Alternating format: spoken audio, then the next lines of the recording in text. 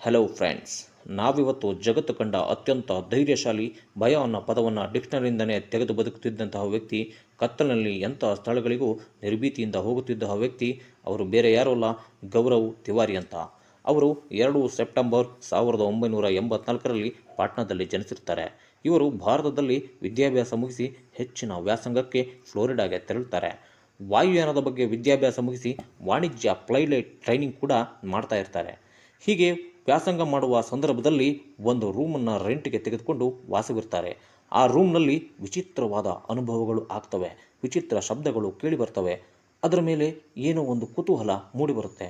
ಅಕ್ಕಪಕ್ಕದವರನ್ನು ವಿಚಾರಿಸಿದಾಗ ಅವರಲ್ಲಿ ಕೇಳಿಬಂದಂತಹ ವಿಚಾರ ಏನಂದರೆ, ಮೊದಲು ಆ ರೂಮ್ನಲ್ಲಿ ಒಂದು ಚಿಕ್ಕ ವಯಸ್ಸಿನ ಹುಡುಗಿ ಸಾವಾಗಿರ್ತದೆ, ಅವಳ ಆತ್ಮದ ಕೆಲಸ ಅಂತ ಹೇಳ್ತಾರೆ.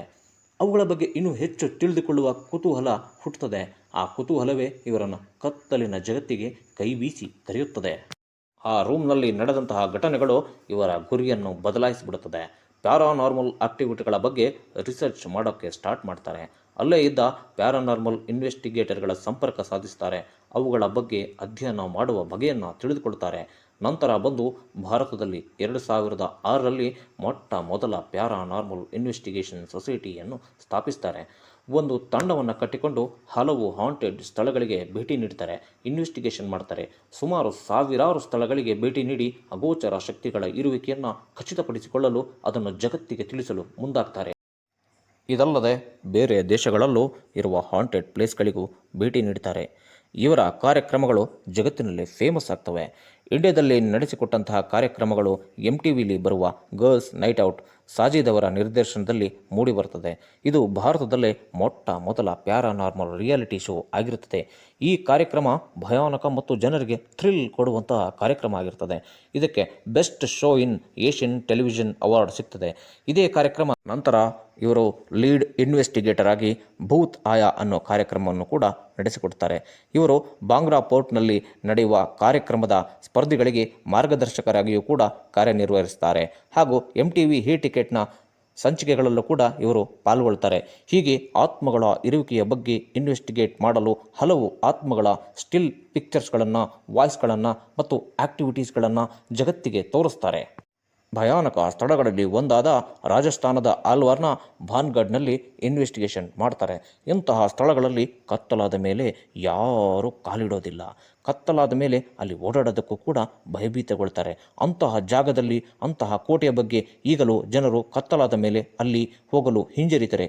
ಯಾಕಂದರೆ ಆ ಕೋಟೆಯ ಬಗ್ಗೆ ಹಲವು ಕಥೆಗಳು ಸೃಷ್ಟಿಯಾಗಿವೆ. ಹಲವು ಕಥೆಗಳಲ್ಲಿ ಇದು ಒಂದು ಹೇಳ್ತೀನಿ ಕೇಳಿ. ಭಾನ್ಗಢ್ 500 ವರ್ಷಗಳ ಹಿಂದೆ ಒಬ್ಬ ರಾಜ ನಿರ್ಮಿಸಿರ್ತಾನೆ. 300 ವರ್ಷಗಳ ಹಿಂದೆ ಇದು ಭಾನ್ಗಢ್ನ ಒಂದು ಶಾಪಕ್ಕೆ ಸಂಪೂರ್ಣ ಹಾಳಾಗಿ ಹೋಗಿಬಿಡುತ್ತೆ ಅಂತ ಹೇಳಲಾಗುತ್ತದೆ. ಈ ಕೋಟೆಯಲ್ಲಿ ಒಬ್ಬಳು ರತ್ನಾವತಿ ಅನ್ನೋ ಒಬ್ಬಳು ಸುಂದರ ರಾಜಕುಮಾರಿ ಇರ್ತಾಳೆ. ಅವಳ ಮೇಲೆ ಒಬ್ಬ ತಾಂತ್ರಿಕನ ಕಣ್ಣು ಬೀಳುತ್ತೆ. ಅವನು ಒಬ್ಬ ಶಿಷ್ಯನನ್ನು ಕಳಿಸ್ತಾನೆ. ರಾಜಕುಮಾರಿಯ ತಲೆಗೆ ಹಚ್ಚಿಕೊಳ್ಳುವಂತಹ ಎಣ್ಣೆಯನ್ನು ತಂತ್ರವಿದ್ಯೆಯನ್ನು ಪ್ರಯೋಗ ಮಾಡಿ ಕಳಿಸಿಕೊಡ್ತಾನೆ. ಆ ಎಣ್ಣೆಯನ್ನು ಯಾರು ಹಚ್ಚಿಕೊಳ್ತಾರೋ ಅವರು ಆ ತಾಂತ್ರಿಕನಿಗೆ ಮರಳಾಗಿ ಬಿಡ್ತಾರೆ, ಅವನ ಹಿಂದೆಯೇ ಹೊರಟೋಗ್ಬಿಡ್ತಾರೆ ಅಂತ ಆ ಎಣ್ಣೆಯನ್ನು ಕೊಟ್ಟು ಕಳಿಸಿರ್ತಾನೆ. ರಾಜಕುಮಾರಿ ಆ ಎಣ್ಣೆಯನ್ನು ಹಚ್ಚಿಕೊಳ್ಳಲು ಮುಂದಾಗ್ತಾಳೆ. ಆ ಸಂದರ್ಭದಲ್ಲಿ ಕೈ ಜಾರಿ ಎಣ್ಣೆ ಒಂದು ಕಲ್ಲಿನ ಮೇಲೆ ಬಿದ್ದುಬಿಡ್ತದೆ. ಆ ಕಲ್ಲು ಆ ಎಣ್ಣೆಯ ತಂತ್ರ ಪ್ರಯೋಗದಿಂದ ಆ ಮಾಂತ್ರಿಕನ ಹಿಂದುಗಡೆನೆ ಹೊರಟೋಗ್ತದೆ. ಆ ಕಲ್ಲಿನಿಂದ ಅವನ ಸಾವಿಗೀಡಾಗ್ತಾನೆ. ಆ ಸಾವು ಆಗುವ ಮುಂಚೆ ಅವನು ಒಂದು ಶಾಪವನ್ನು ಕೊಟ್ಟಿರ್ತಾನೆ. ಆ ಮಾಂತ್ರಿಕ ನೀಡಿದ ಶಾಪದಿಂದ ಅಲ್ಲಿರ್ತಕ್ಕಂಥ ಜನರಿಗೆ ಅನಾರೋಗ್ಯ ಉಂಟಾಗಿ ಹಲವು ಜನರು ಸಾವಿಗೀಡಾಗ್ತಾರೆ. ಭಯಾನಕತೆಗಳು ಸೃಷ್ಟಿಯಾಗ್ತವೆ. ಆ ಕೋಟೆಯನ್ನು ಈಗಲೂ ಜನರು ಭೂತದ ಕೋಟೆ, ದೆವ್ವದ ಕೋಟೆ ಅಂತಲೂ ಕೂಡ ಕರೀತಾರೆ. ಭೂತ್ ಕಾ ಘರ್ ಅಂತಲೂ ಕೂಡ ಕರೀತಾರೆ. ಅಂತಹ ಭಯಾನಕ ಕೋಟೆಯನ್ನು ಬಿಡದೆ ಇನ್ವೆಸ್ಟಿಗೇಷನ್ ಮಾಡ್ತಾರೆ ಈ ಸೌರವ್ ತಿವಾರಿ ಅವರು. ಇಂತಹ ಅದೆಷ್ಟೋ ಜಾಗಗಳನ್ನು ನಿರ್ಭೀತಿಯಿಂದ ರಾತ್ರಿ ಹೊತ್ತಿನಲ್ಲಿ ಭೇಟಿ ನೀಡಿ ಆ ಸ್ಥಳಗಳಲ್ಲಿರುವ ಸತ್ಯಾಸತ್ಯತೆಯನ್ನು ಜಗತ್ತಿಗೆ ತೋರಿಸಿದ ಹಿರಿಮೆ ಸೌರಭ್ ತಿವಾರಿ ಅವರದು. ರಹಸ್ಯಗಳು ಬೆಳಕಿನಲ್ಲಿ ಮಾತ್ರವೇ ಕಾಣಿಸ್ತವೆ. ಆದರೆ ಇನ್ನೂ ಕೆಲವು ರಹಸ್ಯಗಳನ್ನು ನೋಡಬೇಕಾದರೆ ಗುಪ್ತವಾದ ಕತ್ತಲಿನಲ್ಲೇ ಹೋಗಬೇಕಾಗ್ತದೆ. ಆದರೆ ಅಸಲಿಗೆ ಇಂತಹ ಸ್ಥಳಗಳಲ್ಲಿ ಭೂತಗಳು, ಆತ್ಮಗಳು ಇದೆಯಾ, ಇಲ್ಲ ಅನ್ನೋದಾದರೆ ಹಲವು ವರ್ಷಗಳಿಂದ ಯಾಕೆ ಇಂತಹ ಸ್ಥಳಗಳಲ್ಲೇ ಆತ್ಮಗಳ ಇರುವಿಕೆಯ ಬಗ್ಗೆ, ಅವುಗಳಿಂದಾದ ಅನುಭವಗಳ ಬಗ್ಗೆ ಜನರು ಮಾತನಾಡಲು ಯಾಕೆ ಶುರು ಮಾಡ್ತಾರೆ? ಹಾಗಾದರೆ ಇಂತಹ ಜಾಗದಲ್ಲಿ ಆತ್ಮಗಳು ಓಡಾಡುತ್ತವಾ? ಅನ್ನೋದ್ರ ಬಗ್ಗೆ ಜಗತ್ತಿಗೆ ತಿಳಿಸಲು ಮುಂದಾಗ್ತಾರೆ ಸೌರಭ್ ತಿವಾರಿ ಅವರು. ಕತ್ತಲಿನಲ್ಲಿ ಪ್ಯಾರಾನಾರ್ಮಲ್ ಇನ್ವೆಸ್ಟಿಗೇಷನ್ ಮಾಡಲು ಹೋಗುವವರು ಬೆಳಗಿನ ಸೂರ್ಯನ ಕಿರಣ ನೋಡ್ತಾರೋ ಇಲ್ವೋ ಅನ್ನೋ ಸ್ಥಿತಿ ಕೆಲವು ಜಾಗಗಳಲ್ಲಿ ಉಂಟಾಗ್ಬಿಡ್ತದೆ. ಅಂತಹ ಜಾಗದಲ್ಲೂ ಪ್ರಾಣದ ಹಂಗು ತೆರೆದು ಯಾವುದೇ ಆತ್ಮಗಳ ಪ್ರೇತಾತ್ಮಗಳ ಇರುವಿಕೆಯ ಬಗ್ಗೆ ಅಂಜದೆ ಅಳುಕದೆ ಅವುಗಳ ಜೊತೆ ನಿರ್ಭೀತಿಯಿಂದ ಸಂವಹನ ಮಾಡ್ತಾ ಇರ್ತಾರೆ. ಇಂತಹ ಅವಿಶ್ವಸನೀಯ ಅಗೋಚರ ಶಕ್ತಿಗಳ ಬಗ್ಗೆ ಜಗತ್ತಿಗೆ ತೋರಿಸುತ್ತಿದ್ದ ಸೌರಭ್ ತಿವಾರಿ ಅವರು ಒಂದು ದಿನ ಇನ್ವೆಸ್ಟಿಗೇಷನ್ ಮುಗಿಸಿಕೊಂಡು ಮನೆಗೆ ಬಂದು ಸ್ನಾನ ಮಾಡಲು ಫ್ರೆಶ್ ಆಗಲು ಬಾತ್ರೂಮ್ಗೆ ಹೋಗ್ತಾರೆ. ಸ್ವಲ್ಪ ಸಮಯದ ನಂತರ ಜೋರಾಗಿ ಕಿರಿಚಿಕೊಂಡ ಶಬ್ದ ಕೇಳಿಬರುತ್ತೆ. ಮನೆಯಲ್ಲಿದ್ದ ಸೌರಭ್ ತಿವಾರಿ ಅವರ ಹೆಂಡತಿ ಮತ್ತು ತಂದೆ ಇಬ್ಬರು ಓಡಿ ಹೋಗಿ ಬಾಗಿಲು ತೆಗೆಯಲು ಯತ್ನ ಮಾಡ್ತಾರೆ. ಆದರೆ ಬಾಗಿಲು ಒಳಗಿನಿಂದ ಲಾಕ್ ಆಗಿರುತ್ತದೆ. ಅದನ್ನು ಮುರಿದು ಓಪನ್ ಮಾಡಿ ನೋಡಿದಾಗ ತಿವಾರಿ ಅವರ ದೇಹ ಕೆಳಗೆ ಬಿದ್ದಿರುವುದನ್ನು ಗಮನಿಸ್ತಾರೆ. ನೋಡಿ ಪರೀಕ್ಷಿಸಿದಾಗ ಸೌರಭ್ ತಿವಾರಿ ಅವರ ಪ್ರಾಣ ಪಕ್ಷಿ ಹಾರಿ ಹೋಗಿರುತ್ತದೆ. ಅವರು ಹೇಗೆ ಸತ್ರು ಅನ್ನೋದು ಗೊತ್ತಾಗೋದಿಲ್ಲ. ಪೊಲೀಸ್ನವರು ಇದೊಂದು ಆತ್ಮಹತ್ಯೆ ಅಂತ ಕೇಸ್ ಕ್ಲೋಸ್ ಮಾಡ್ತಾರೆ. ಆದರೆ ಅವರ ದೇಹದಲ್ಲಿ ಒಂದು ಕಪ್ಪು ಮಾರ್ಕ್ ಬಿದ್ದಿರುತ್ತೆ. ಆ ಮಾರ್ಕ್ ಬೀಳೋದಕ್ಕೆ ಯಾವುದೇ ಸಾಕ್ಷಿ ಆಧಾರಗಳು ಆ ಕೋಣೆಯಲ್ಲಿ ಇರೋದಿಲ್ಲ.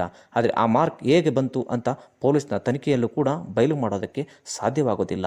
ಮನೆಯವರಿಗೂ ಕೂಡ ಗೊತ್ತಾಗೋದಿಲ್ಲ. ಇದೊಂದು ನಿಗೂಢವಾದಂತಹ ಭೇದಿಸಲಾಗದಂತಹ ಅವಿಶ್ವಸನೀಯ ದುರಂತ ಸಾವಾಗಿ ನಮಗೆಲ್ಲರಿಗೂ ಕಾಣಿಸ್ತದೆ.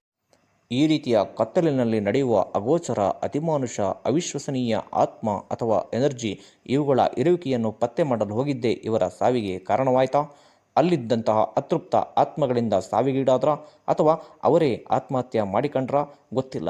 ಒಟ್ಟಿನಲ್ಲಿ ಈ ಸಾವು ಒಂದು ಅಸಹಜ ಸಾವು ಅಂತ ಹೇಳಲಾಗ್ತಾ ಇದೆ. ಇಂತಹ ವ್ಯಕ್ತಿಯನ್ನು ಕಳೆದುಕೊಂಡಿದ್ದು ನಮ್ಮ ದುರದೃಷ್ಟವೇ ಸರಿ. ಮುಂದಿನ ಭಾಗದಲ್ಲಿ ಇಂತಹದೇ ಇಂಟ್ರೆಸ್ಟಿಂಗ್ ಸಂಚಿಕೆಯೊಂದಿಗೆ ನಿಮ್ಮನ್ನು ಭೇಟಿಯಾಗ್ತೀನಿ. ಅಂಟಿಲ್ ದೆನ್, ಗುಡ್ ಬಾಯ್.